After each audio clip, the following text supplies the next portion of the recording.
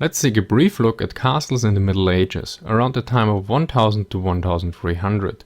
This video will give you a brief overview on the military and non-military functions of castles, some values on cost, furthermore some characteristics that are less well known, and provide a better overall understanding. Since this video deals mostly with the basic understanding of the role of the castle, it doesn't include any design discussions, which will be covered in several upcoming videos. Note, the articles I read use the term castle for a wide range of different fortified structures, and I keep it this way too. Anyway, let's start off with a common misconception. Since several parts in modern day Europe are still covered with many castles in various stages of functionality, ranging from ruins to well-maintained estates, we can get a wrong impression about the past. Since these remains can be quite misleading, because what is left is usually made of stone. Yet the majority of castles were often constructed from timber and earth, especially in the early periods of the Middle Ages. Although there were regional differences, for instance in Spain and some parts of Italy, stone was common due to the scarcity of forests. Another aspect is that those remaining castles are usually quite impressive in size and materials used, but many humbler structures that are usually not covered in documentaries could serve as an effective fortification as well, to quote John France. Across this period, almost any kind of fortification could, if well defended, become a major obstacle. In 1003, Robert II of France and his ally Richard II of Normandy were unable to capture the monastery of Saint-Germain-des-Auxerre, held against them by Landry of Nevers. In July 1128, William Clito, claimant to the county of Flanders, was repelled before fortified house at Ostkamp. So in a way, looking at remaining castle is similar to watching a propaganda reel of World War II.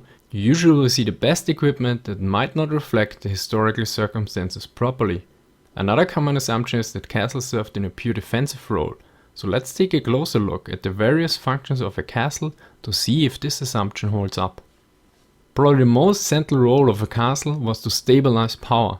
This meant against internal and external threats.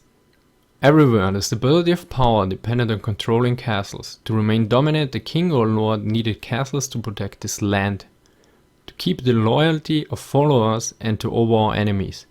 Sometimes the need was passing. Most of the castles built after the Norman conquest of England were allowed to decay, but castles often survived the demise of the initial impulse to build them. One interesting aspect about controlling castles is not just building them, but also to balance the number of castles that each vassal was allowed to control. Usually even the strongest medieval rulers were not able to prevent various fortifications to be erected in their areas of influence, which also gives you an idea about the limits of power in that time.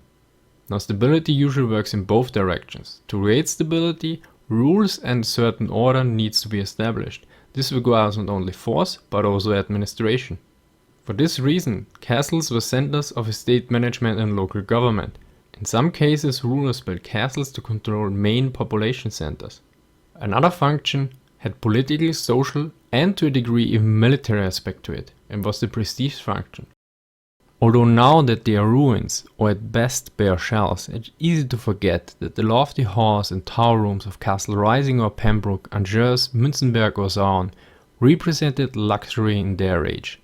A lofty hall or great windows might actually weaken a castle as a military instrument, but they also showed the status and importance of the builder, making overt threat less necessary.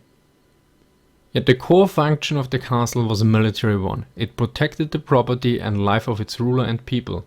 Although this defensive nature is quite known, it can be a bit misleading, as castles were central in offensive operations as well. Moreover, a fortification was a secure base for attack, and a garrison, especially if mounted, could threaten the country round about. In fact, it is a mistake to see castle as a simple defensive structure, because it could menace enemies as well as protect friends. For this reason, castles and castle building was a serious threat during the Middle Ages. As mentioned before, a ruler strictly controlled or at least tried the building and allocations of castles. Thus the construction of castles could lead to breaking oaths, truces and even start wars. After all, one doesn't simply build a castle. So let's look at the cost involved of building and maintaining a castle. John France notes about the amount of expenses a castle required is underlined by the limited amount of them.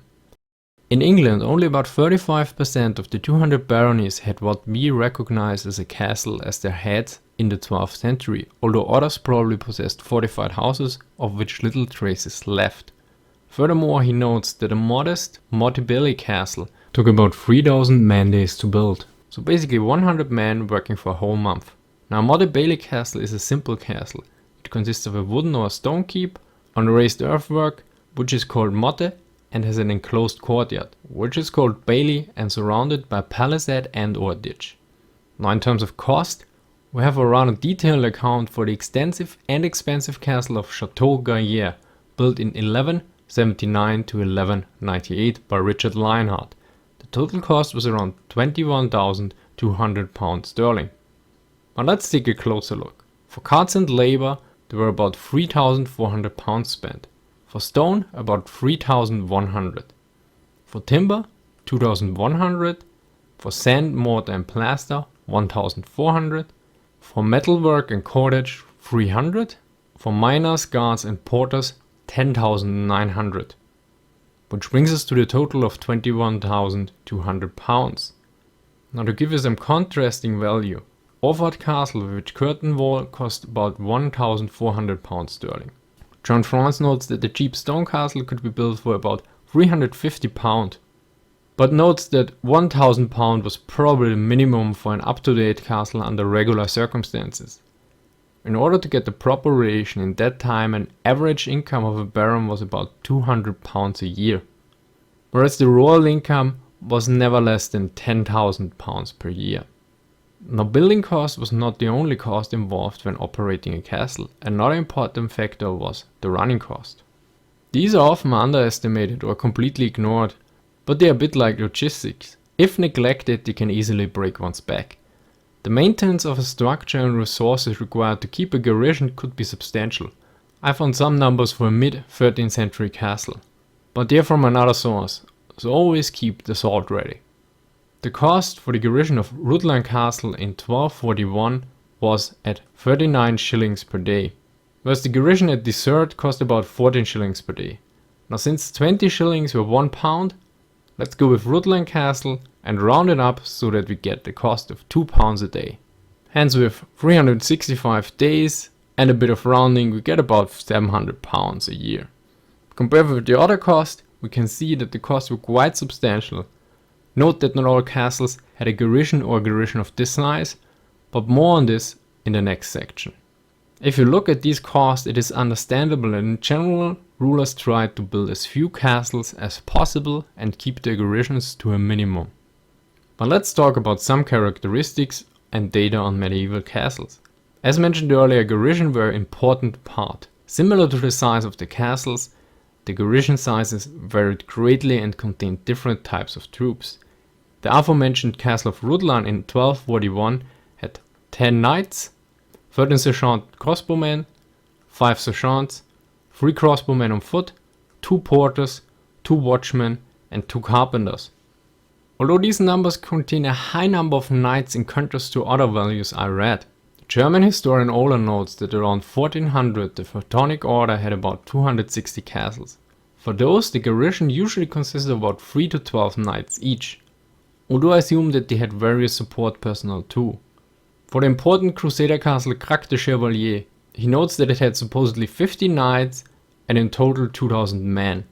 The French historian Contamine notes another major castle with a garrison of around 1700 in peace and 2200 in war, with about 50 knights and 80 sergeants. As you can see, the amount of troops could be quite different. And it will be interesting to look at them in a future video for the various roles during sieges. Now, in terms of location, one must assume that castles would be built at important routes, passes, river crossings or other strategic locations. But this was not only the case. In some cases it was determined where the owner had important land and by various claims from other nobles. Of course, there was strategic castle building, but this was usually performed by wealthy and powerful kings. Now, castles had various vulnerabilities that were inherent in their design, for instance gates and water supply, but there was a less obvious vulnerability as well. No matter how strong an isolated castle was vulnerable, even mighty Crac and Marcap fell quickly to a determined enemy, A network of castles supported by a field army was a very different proposition, but only a few kings could afford such a combination. This is also underlined by another author, who notes, "In this siege warfare, towns ultimately presented tougher obstacles than isolated castles. In the 12th and 13th century, there were certainly a number of notable and long sieges of castles. However, the sieges of towns, whatever their result, were much more impressive military episodes. Since castles were quite intense investments and in some cases built to last quite long, they were improved over time or in some cases built in an incremental way. For instance, the keep was often the first building to be completed, followed by other elements like curtain walls. The changes ranged from simple expansions and replacement to significant upgrades due to technological improvements or military advances. For instance, more archer loops with more consideration of firing angles. In some cases, old designs were kept, but usually when a wood castle was replaced by a stone structure, they were redesigned." Now, to round up our little introduction to medieval castles, a short overview about the basic developments, which were considerable and also give an indication about the technological advances in the Middle Ages, which was not a dark age void of development. In the early Middle Ages there were various leftover fortifications from Romans like Hadrian's Wall, the walls of Rome and permanent legionary camps. Yet most of these were damaged and repairing them with stone was usually too difficult and expensive. Thus earth and timber fortifications were dominant in the early periods. At around the beginning of the 11th century, stone tower and structures were constructed more regularly. From the mid-12th century, castles were normally built of stone, timber castles continued. Sometimes, as at Carisbrooke, the form of stone castles followed that of the wooden original, but commonly they were redesigned. There was a marked tendency for old structures to become more massive. This trend continued, and by the mid-13th century, the most advanced castles were massively fortified erections of brick or stone. They consciously designed structures in a way in which castles had generally not been before. It is a mark of this that we begin to hear of specialized architects. To summarize, the castles in the Middle Ages had various functions. If I had to choose one word to describe the role of a castle in the Middle Ages, I would choose stabilize, because it had various political, social, economic and of course military functions that provided a stabilizing effect. Of course, we should not forget that a castle would serve as a base of offensive operations and was usually seen as a threat.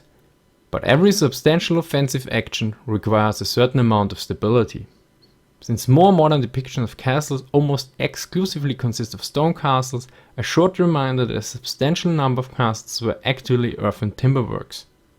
I hope this video gave you a basic understanding of a castle and its various non-military functions that are a foundation for further videos on strategy, operations and castle design.